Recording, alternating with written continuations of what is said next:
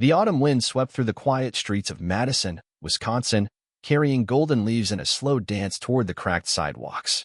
19-year-old Emily Parker stood by the window of her cramped, one-room apartment, her breath fogging the glass. Her hazel eyes followed the leaves, but her mind was elsewhere, tangled in worries about rent, survival, and the elusive dream of finding her place in a world that often felt too big, too cold.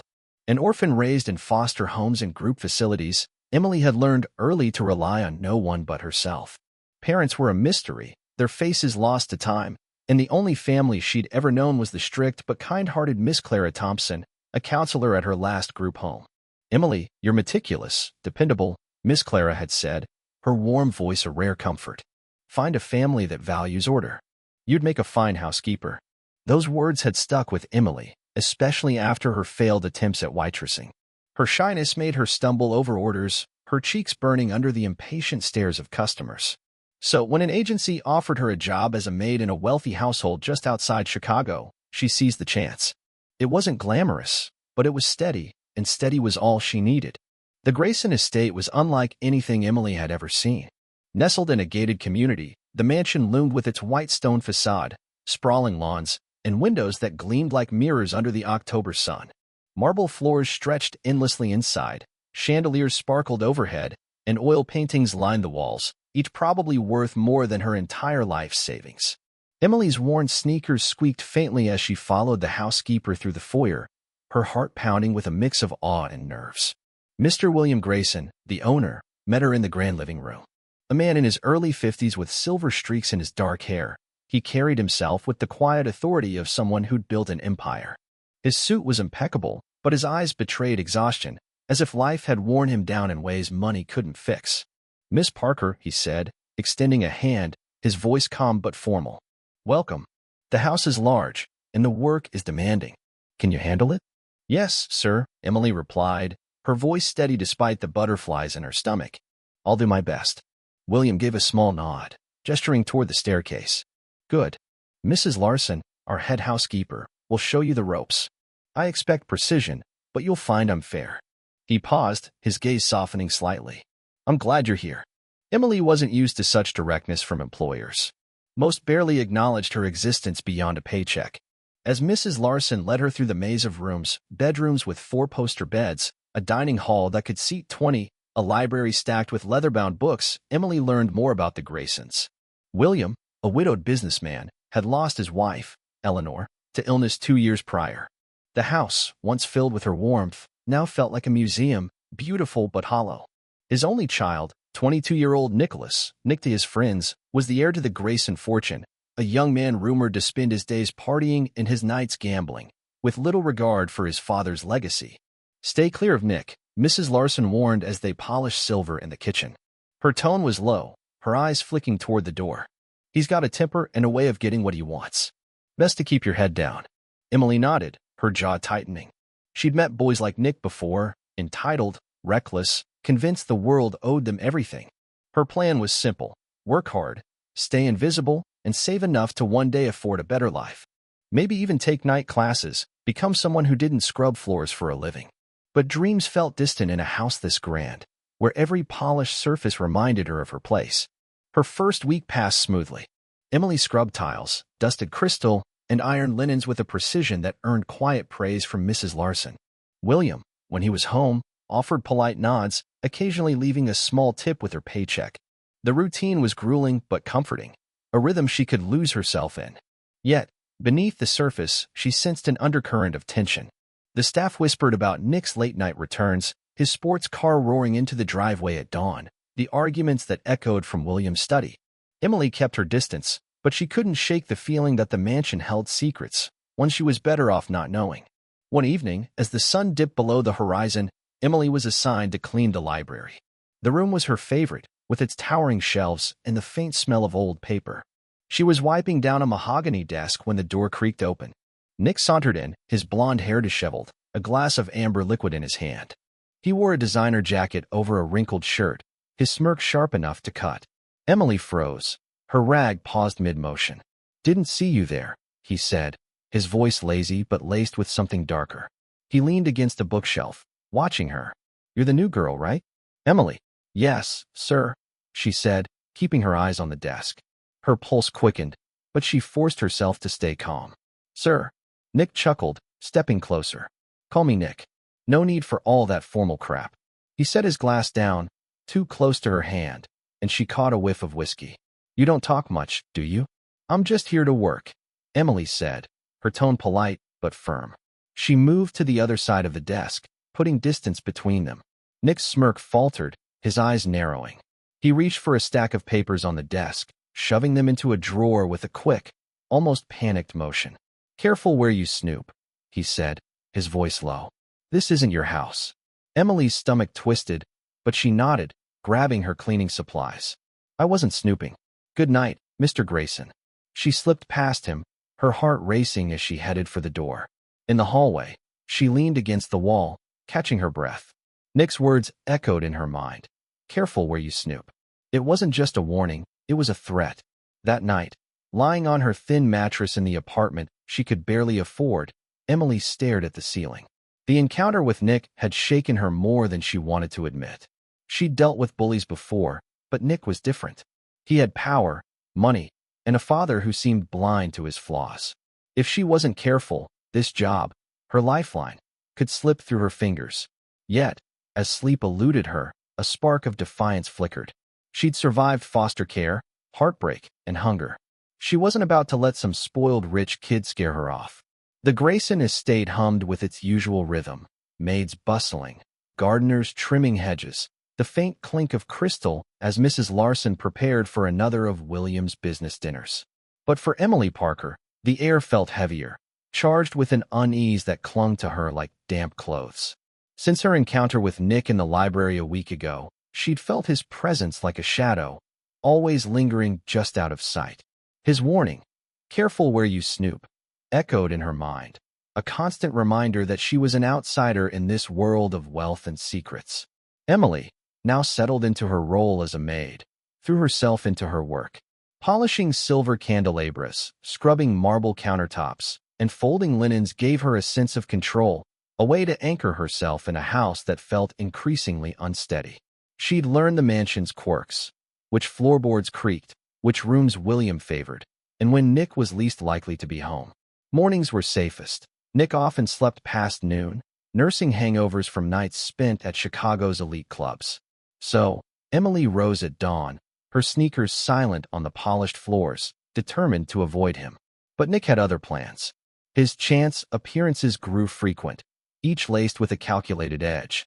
One morning, as Emily mopped the kitchen floor, he strolled in, tossing his car keys onto the counter. You're always so busy, Emily, he said, leaning against the island, his voice syrupy with mock charm. Ever take a break? But I could show you a better time than scrubbing floors. Emily's grip tightened on the mop handle, her cheeks flushing. She kept her eyes on the tiles. I like my work, Mr. Grayson, she said, her tone clipped but polite. Excuse me, I need to finish. Nick laughed, a sharp, grating sound. Mr. Grayson? Come on, lighten up. He stepped closer, his shadow falling over her. You're too pretty for all this grunt work. Ever think about an upgrade? Her stomach churned, but she forced herself to meet his gaze. His blue eyes glinted with arrogance, daring her to push back. I'm here to do my job, she said, stepping around him. Nothing else. She grabbed her bucket and headed for the door, her heart pounding. Behind her, Nick muttered something under his breath, too low to catch, but the venom in his tone was unmistakable. Mrs. Larson's warning rang truer every day. Nick was dangerous, not just because of his temper, but because he was used to getting his way. Emily's rejections seemed to fuel him, her quiet defiance a challenge to his ego. She started double-checking her schedule, working rooms only when she knew he was out. But the mansion was his domain, and avoiding him entirely was impossible. One afternoon, while cleaning Nick's bedroom, a task she dreaded, she noticed a stack of papers on his desk, half hidden under a leather jacket. Her hands shook as she dusted nearby, her curiosity warring with fear. She shouldn't look, it was none of her business. But then a breeze from an open window scattered a few sheets to the floor. As she knelt to pick them up, her eyes caught a line on one. Balance due, $42,000. Venetian Nights Casino. Her breath hitched. The letter was addressed to Nicholas Grayson, marked urgent, with a deadline that had passed weeks ago. Emily's mind raced. Nick was in debt, serious debt. Was this what he'd been hiding in the library? She quickly tucked the paper back under the jacket, her pulse hammering. If Nick caught her, he'd twist it against her, claim she was snooping. But the discovery gnawed at her. A man desperate enough to owe a casino thousands might do anything to cover it up. She thought of William, his tired eyes and strained voice during phone calls with Nick. "You need to grow up," she'd overheard him shout once. Did William know how deep Nick's troubles ran? That evening, William hosted a dinner for his business partners, a rare occasion when the mansion came alive with chatter and clinking glasses. Emily was assigned to serve drinks, a task she approached with quiet efficiency, blending into the background. The guests, dressed in tailored suits and glittering dresses, barely noticed her as she refilled wine glasses. But Nick did. Halfway through the evening, as she passed him with a tray, he accidentally knocked into her, sending red wine splashing across her uniform. The stain bloomed like blood on her white blouse. "Whoops," Nick said, his smirk barely concealed. "Didn't see you there, Emily." Laughter rippled through the nearby guests, their eyes flicking to her with amusement or pity. Emily's face burned, her hands trembling as she clutched the tray. She wanted to snap back, to call him out, but the room felt suffocating, every stare pinning her in place. "Excuse me," she mumbled, fleeing to the pantry. Alone, she pressed her back against the wall, fighting tears. The humiliation stung, but worse was the realization that Nick's games were escalating. He wasn't just taunting her, he was testing how far he could push before she broke. She thought of Miss Clara's advice: "Hold your head high, Emily. Don't let them dim your light." Wiping her eyes, she straightened. "I won't let him win," she whispered to herself. "I won't." But resolve alone couldn't erase the growing dread. Nick's behavior wasn't just personal, it felt strategic, like he was laying the groundwork for something bigger. Emily started noticing small things: a missing key to the study, a drawer in William's office left slightly ajar, Nick's hurried phone calls when he thought no one was listening. She couldn't shake the feeling that the casino debt was only the tip of the iceberg. One night, as she cleaned the dining room after another tense dinner, she overheard William and Nick arguing in the study. "You're throwing your life away," William's voice boomed. "I won't keep bailing you out." Nick's reply was muffled, but his tone was defiant. Emily paused, her rag hovering over a table. Bailouts? Was William covering Nick's debts? If so, why was Nick still so desperate? The argument ended with a door slamming, and Emily hurried to finish her work, her mind spinning. She needed this job, her rent was due, and her savings were a pitiful $200. Losing it would mean starting over, maybe even leaving Chicago. But staying meant navigating Nick's growing hostility and the secrets that seemed to pulse within the mansion's walls. She was a maid, not a detective, yet the truth felt tantalizingly close, hidden in those papers, those whispers, those locked drawers. The Grayson mansion, with its glittering chandeliers and polished marble, had once felt like a sanctuary for Emily Parker, a place where hard work could carve out a future. But now, as October bled into a colder, grayer November, the house seemed to close in around her. Nick's veiled threats and mocking smirks had turned her daily routine into a tightrope walk, each step fraught with the fear of falling. The 19-year-old maid moved through her tasks with mechanical precision, dusting, mopping, folding, but her mind was a storm of questions. What was Nick hiding? And how long could she dodge his attempts to push her out? Emily's discovery of the casino debt letter had lit a spark of defiance, but it also made her cautious. She avoided Nick's bedroom unless absolutely necessary, sticking to public areas of the mansion where other staff might be nearby. Yet, his presence was inescapable. He'd linger in doorways, watching her with a predator's patience, or accidentally brush past her in narrow halls, his cologne sharp and invasive. Each encounter chipped away at her resolve, but Emily clung to Miss Clara's words. "You're stronger than you know." She had to be. Her $200 savings and looming rent left no room for failure. William Grayson, her employer, remained a distant but steady anchor. His rare smiles and generous tips gave Emily hope that she was valued, even if he was often absent, buried in board meetings or late-night calls. She'd overheard enough to know he was struggling with his business, his grief, and his son. Nick's reckless spending was a constant strain, and Emily sensed William's blind spot, a father's love that refused to see the truth. It made her uneasy. If Nick turned on her, would William believe a maid over his only heir? The tension snapped one chilly Monday morning. Emily was polishing silver in the dining room when Mrs. Larson, the head housekeeper, appeared, her face tight. Mr. Grayson wants you in his study. Now." Her tone was clipped, and Emily's stomach dropped. She set down the candlestick, wiping her hands on her apron, and followed Mrs. Larson through the mansion's maze of corridors. The study, with its dark wood paneling and leather-bound books, was William's inner sanctum, a place she rarely entered. What could he want? Inside, William sat behind his massive oak desk, his expression carved from stone. Nick stood to his right, arms crossed, a triumphant glint in his blue eyes. The air was thick, charged with something Emily couldn't name but felt like danger. She clasped her hands to stop them from trembling. "You wanted to see me, sir?" she asked, her voice steady despite the dread curling in her chest. William's gaze was heavy, searching. "Emily, there's been a theft," he said, each word deliberate. $20,000 in cash, taken from my safe over the weekend. Nick says he saw you lingering near my desk on Saturday, when you were cleaning."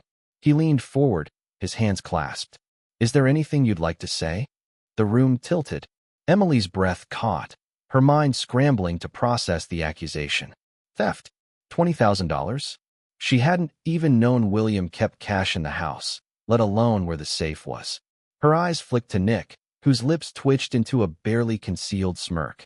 This was his move, his revenge for her defiance, her refusal to bend. "I didn't take anything," she said, her voice shaking but firm. "I swear, Mr. Grayson, I wasn't near your desk. I don't even know where your safe is." Nick stepped forward, his tone dripping with false concern. "Come on, Emily. You were in here alone. Dad, you know how it is. She's got no money, no family. 20 grand would be a game changer for someone like her." His words cut deep, weaponizing her past as a foster kid, twisting her vulnerability into guilt. Emily's cheeks burned, not with shame, but with fury.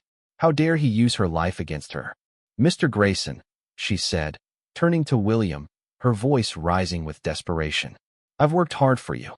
I've never touched anything that wasn't mine. Please, check the safe, check my things, anything. I'm telling the truth." Her eyes pleaded with him, searching for the fairness she'd seen in him before. But William's face remained unreadable, his fingers drumming softly on the desk. "Nick," he said, turning to his son, "are you certain of what you saw? This is serious. I don't want to rush to judgment." Nick didn't flinch. "I'm sure, Dad. She was poking around your desk, looking nervous. Who else could have done it? We were both out Saturday night." His confidence was infuriating, a performance so polished Emily almost doubted herself. Almost. She took a shaky breath, her mind racing. Saturday night. She'd been cleaning the study, yes, but only the surfaces Mrs. Larson had assigned. Bookshelves, windows, nothing near the desk. And Nick hadn't been out all night. She'd heard his car roar into the driveway at 2 a.m., the engine waking her as she finished late chores. He was lying, and the casino debt flashed in her memory. $20,000 would cover a chunk of what he owed. This wasn't just about humiliating her. It was about covering his tracks. "Mr. Grayson," Emily said, her voice steadier now, "I wasn't near your desk, and I wasn't the only one in the house. Please, let's figure this out together. I want the truth as much as you do."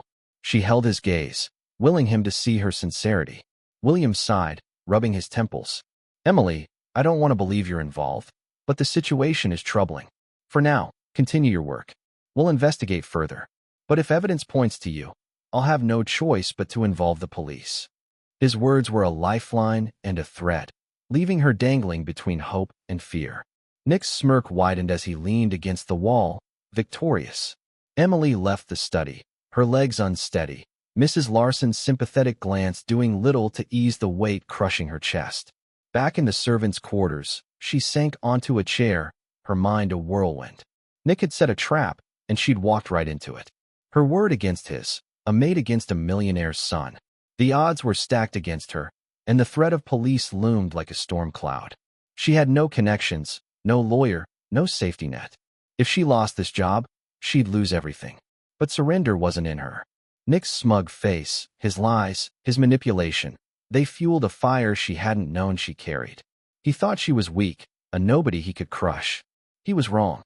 She thought of the casino letter, the argument she'd overheard, the way Nick flinched when William mentioned money. The truth was out there, buried in the mansion's shadows, and she'd find it. She had to. The Grayson mansion, once a symbol of opportunity for Emily Parker, now felt like a battlefield. Each creak of the floorboards, each shadow in the sprawling halls, carried the weight of Nick's latest threat. Back off, or you'll lose more than a job. The anonymous text had seared itself into her mind, a chilling reminder that Nick wasn't just playing games, he was dangerous. Yet, the 19-year-old maid refused to cower. The accusation of stealing $20,000 from William Grayson's safe had pushed her to a breaking point, but it also ignited a resolve she hadn't known she possessed. Nick thought he could bury her with lies. She'd prove him wrong. Emily's days became a delicate dance of survival. She continued her chores, polishing crystal, sweeping staircases, laundering linens, with a vigilance that bordered on paranoia. Her eyes darted to doorways, her ears strained for Nick's footsteps. The other staff, sensing the tension, kept their distance, though Mrs. Larson occasionally offered a quiet, "Stay strong, dear." Emily clung to those words, just as she clung to the memory of Miss Clara's advice. "Truth is your shield, Emily. Hold it tight." The casino debt letter she'd glimpsed in Nick's room was her only lead, a thread she needed to pull, no matter the risk. She began to watch Nick more closely, noting his habits. He was careless, leaving his phone unlocked on tables, tossing papers into drawers without a second thought. If he was hiding something bigger than a gambling debt, it was likely in his room, the one place she dreaded most. Cleaning it was part of her duties, but every visit felt like stepping into a lion's den. She waited for a day when Nick was out, his red sports car absent from the driveway, and seized her chance. Late one afternoon, with the mansion quiet save for the hum of a vacuum downstairs, Emily entered Nick's room. Her heart thudded as she dusted his desk, her eyes scanning for anything out of place. The casino letter was gone, likely hidden or destroyed, but she checked the drawers anyway. Nothing but receipts, a lighter, and a half-empty pack of cigarettes. Frustration gnawed at her, until she noticed a small trash bin by the bed, overflowing with crumpled papers. Kneeling, she sifted through it, her fingers trembling. A torn envelope caught her eye, its edge marked with a red stamp. Final notice. Piecing it together, she found a loan agreement, signed by Nicholas Grayson. The sum was staggering $50,000, borrowed from a private lender named Vincent Moretti, with interest rates that screamed trouble. The repayment deadline had passed 2 months ago, and scrawled in pen was a note: payment or consequences. Emily's breath hitched. This was it, proof that Nick was drowning in debt, desperate enough to steal from his father to save himself. The $20,000 from the safe wasn't random, it was a lifeline for a sinking ship. She tucked the torn papers into her apron, her mind racing. This evidence could clear her name, but it came with a cost. Showing it to William would shatter his trust in Nick, maybe even their family. And Nick's threat loomed large. What would he do if cornered? She needed to be smart, not impulsive. Her first instinct was to confront Nick, give him a chance to confess before she went to William. It was risky, but Emily had learned in foster care that sometimes facing a bully head-on was the only way to stop them. That evening, she waited in the library, a neutral space where she felt less trapped. Nick returned late, his jacket slung over one shoulder, his eyes bleary from whatever party he'd left. When he saw Emily standing by the fireplace, papers in hand, his smirk faltered. "What's this, maid girl?" he said, his tone mocking but wary. "Got a problem?" Emily's voice was steady, though her pulse raced. "I know about your loan, Nick. $50,000 to Moretti. You took the money from your dad's safe to cover it, didn't you? And you blamed me." She held up the torn agreement, watching his face pale. "Tell the truth, and I won't show this to Mr. Grayson." Nick's eyes narrowed, his jaw tightening. "You went through my trash?" he hissed, stepping closer. "You're dumber than I thought." He lunged for the papers, but Emily stepped back, clutching them tightly. His voice turned venomous. "You think you can threaten me? I'm a Grayson. You're nothing, a foster kid with a mop. No one will believe you." "I don't need them to believe me," Emily shot back, her voice rising. "These papers will. Your dad deserves the truth, Nick. You can't keep lying." Her courage surprised even her, but fear simmered beneath it. Nick's hands clenched into fists, and for a moment, she thought he might strike her. "You're playing with fire," he growled, his face inches from hers. "Give me those, or I'll make sure you're out of here, jobless, homeless, done." His hand shot out, grabbing her wrist, twisting until she gasped in pain. The papers fluttered to the floor, and Emily struggled to pull free, her heart pounding. At that moment, the library door swung open with a bang. William Grayson stood in the doorway, his face a mask of shock and fury. "Nicholas," he roared, striding forward. "What the hell is going on?" Nick froze, releasing Emily's wrist as if it burned. Emily stumbled back, her breath ragged, the papers scattered at her feet. William's eyes darted from his son to Emily, then to the documents on the floor. He knelt, picking up a torn piece, his brow furrowing as he read. The silence was deafening, broken only by Nick's uneven breathing. "Dad, it's not what it looks like," Nick stammered, his earlier bravado crumbling. "She's lying, she—" "Enough," William snapped, his voice like a whip. He gathered the remaining papers, his hands shaking as he pieced them together. His face darkened with each word, the loan agreement painting a damning picture. "Emily," he said, his voice softer but strained, "is this true? Did you find this in Nick's things?" Emily nodded, her throat tight. "Yes, sir. I didn't want to snoop, but he accused me of stealing. I had to find the truth." Her eyes met William's, pleading for him to see her honesty.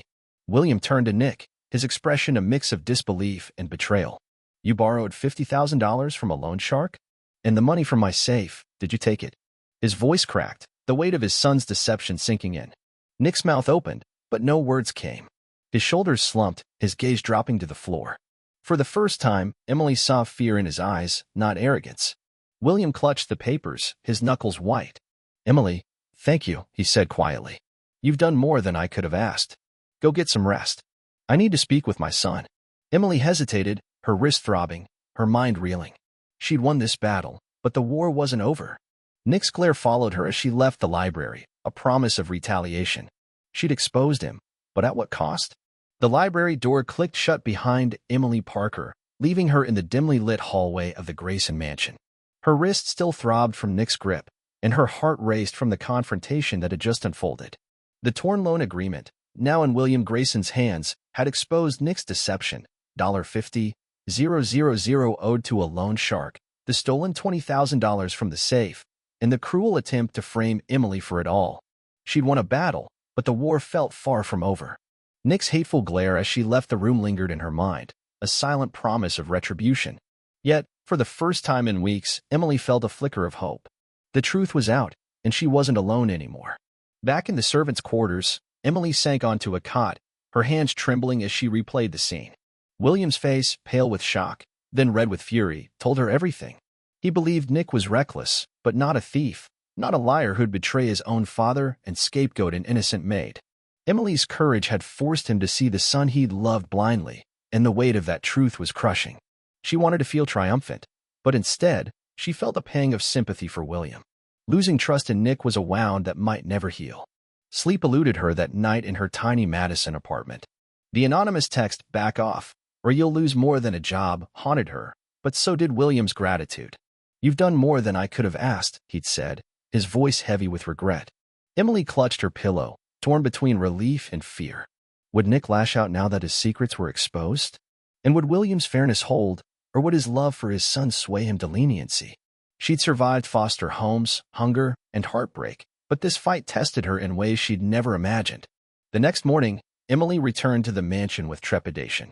The staff whispered in corners, their eyes darting to her as she tied on her apron. Mrs. Larson pulled her aside, her voice low. "Mr. Grayson sent Nick away last night. Packed him off to a factory job in Ohio.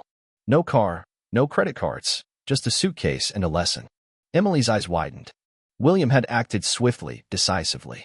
It was justice, but it didn't erase the tension knotting her stomach. William summoned her to his study at noon. The room, once a place of dread, felt different now, warmer, as sunlight streamed through the tall windows. He stood by his desk, his posture weary but resolute. "Emily," he began, his voice soft, "I owe you an apology. I should have trusted you from the start. You didn't just clear your name, you opened my eyes to a truth I was too blind to see." He paused, his gaze dropping to the loan agreement on his desk. "Nick stole from me, lied to me, and tried to ruin you. I failed him as a father, and I failed you as an employer." Emily shifted, unsure how to respond. "You didn't fail, sir," she said quietly. "You believed in him. That's what parents do." William's smile was bittersweet. "Perhaps. But love shouldn't blind us to the truth." He straightened, his tone firming. "Nick will work at my textile plant in Ohio. No privileges, no shortcuts. He needs to learn what it means to earn an honest living. And if he doesn't," he trailed off, pain flickering in his eyes. "I've also contacted the lender, Moretti. The debt will be settled, but Nick will repay me through his wages. He's done running." Emily nodded, relief washing over her. Nick's punishment was fair, lawful, a chance to change rather than a free pass. But William wasn't finished. As for you, he said, meeting her gaze, I can't undo what's happened, but I can make it right. I'd like you to stay on, not as a maid, but as my household manager. You'd oversee the staff, the budget, the estate. I trust you, Emily, more than anyone here. You've earned it. The offer stunned her. From scrubbing floors to running the Grayson estate? It was a leap she'd never dreamed possible. I don't know what to say, she stammered. I'm grateful, but I'm not sure I'm ready for that. You're ready, William said with conviction. You've shown more integrity and courage than most people I've met in boardrooms. Think about it. The job comes with a raise, a room here if you want it, and my full support. He extended his hand, and Emily shook it, her eyes stinging with unshed tears. For the first time, she felt seen, not as a foster kid or a maid, but as someone who mattered. Over the next few weeks, the mansion transformed. With Nick gone, the air felt lighter, the staff more at ease. Emily accepted William's offer, training under Mrs. Larson to manage schedules and finances. The work was daunting, but she tackled it with the same diligence that had carried her through years of hardship. William became a mentor, checking in with her daily, his trust a quiet balm to her wounds. He even shared stories of his late wife, Eleanor, whose kindness had once filled the house. You remind me of her, he said once, and Emily's heart swelled. Life beyond the mansion began to shift too. With her new salary, Emily moved to a small but cozy apartment in Chicago, its windows overlooking a park where she'd read on weekends. At a staff gathering, she met Tom, a soft-spoken engineer from one of William's subsidiaries. His genuine smile and easy laugh disarmed her, and their coffee dates soon became a highlight of her week. William, ever protective, quietly vetted Tom through his contacts, nodding his approval when he found no red flags. He's a good man, he told Emily, his tone fatherly. She blushed, realizing the mansion had given her more than a job. It had given her a family. Nick's fate trickled back through staff gossip. The factory work was grueling, stripping away his arrogance. He'd written William a letter, not of excuses, but of accountability, promising to make things right. Emily hoped he meant it. Her own journey had taught her that people could change, but only if they faced their truths head-on. One evening, as winter snow dusted the mansion's lawns, William invited Emily to dinner in the dining hall, just the two of them. The table, usually set for dozens, held 2 plates, a candle flickering between them. To you, Emily, William said, raising a glass. For your courage, your honesty, and for reminding me what matters. You've made this house a home again. Emily clinked her glass to his, her smile wide. The girl who'd once stood alone against the world now had a place to belong.